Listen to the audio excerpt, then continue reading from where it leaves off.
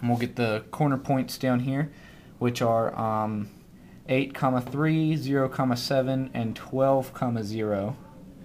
And I'll obtain a maximum volume of 100 cubic feet by buying 8 of model X and 3 of model Y. You can see up there. And that's just a quick way to do a linear programming problem, so that you don't have to do all that. A lot of that was, we just did that on calculator after you get your constraints and your optimization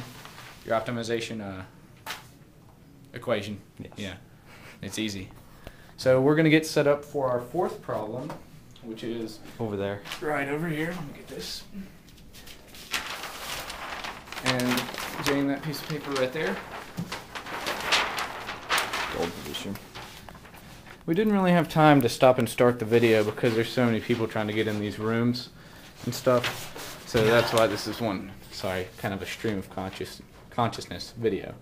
So, all right, JM, read problem 4. Okay, so we have a gold producer processor has 2 sources of gold ore, source A and source B. In order to keep his plant running, at least 3 tons of ore must be produced each day. Ore from source A costs $20 per ton to process, and ore from source B costs $10 per ton to process. Costs must be kept to less than $80 per day. Moreover, federal regulations require that the amount of ore from source B cannot exceed twice the amount of ore from source A.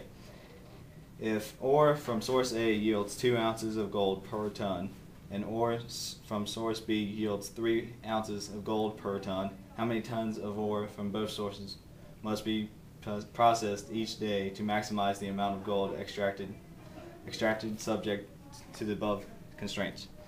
Well, first we have to find the unknowns. Well, we have to let X be the number of tons from source A and Y be the number of tons from source B. Well, there's our objective equation, yeah. Yeah. 2x plus 3y, which is pretty easy. Our constraints, processing, will be x plus y greater than or equal to 3. Cost will be 20x plus 10y less than or equal to 80. The federal regulation will be y less than or equal to 2x, and implied constraints are x must be greater to or equal than 0, and y must be greater than and equal to 0. Well, I tried and graphed it. Sort of failed. You did a good job. You did a good job. But we needed the time. So we had to find the corner points. And again, I just wrote down some of the stuff. I didn't write down all of it. It's calculator work. Yeah, again, calculator work. So we had the A corner point with x plus y equaling 3 and y equaling 2x. So just do the calculator work, and the A point will be 1 to 2. The B would be 20x plus 10y equal to 80, with y equaling, again, 2x, and B will equal 2 to 4. Now, C is the x-intercept of x plus y. It was equal to 3, so C will equal 3, 0.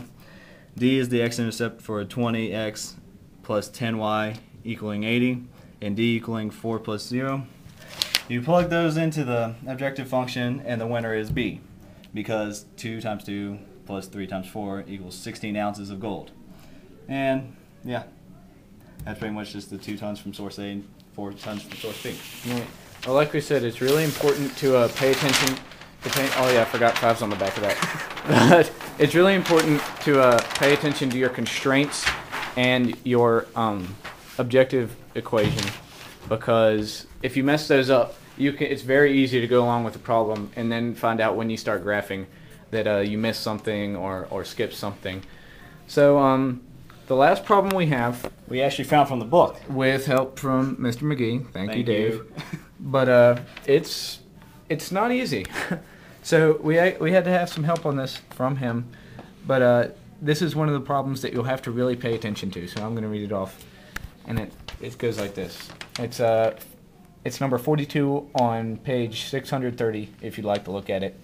It's 2 gasolines, type A and type B, have octane ratings of 80 and 92 respectively. Type A cost $1.13 per gallon, and type B cost $1.28 per gallon. Determine the blend of minimum cost with an octane rating of at least 90. And it gives you a hint. It says let x be the fraction of each gallon that is type A, and let y be the fraction that is type B. Okay, as fun as that sounds, It's really not. it's actually a lot of work. So, Sam. Well, X is going to be, the fraction of a gallon of 80 octane, and Y is going to be fraction of a gallon of 92 octane. That's your constraints.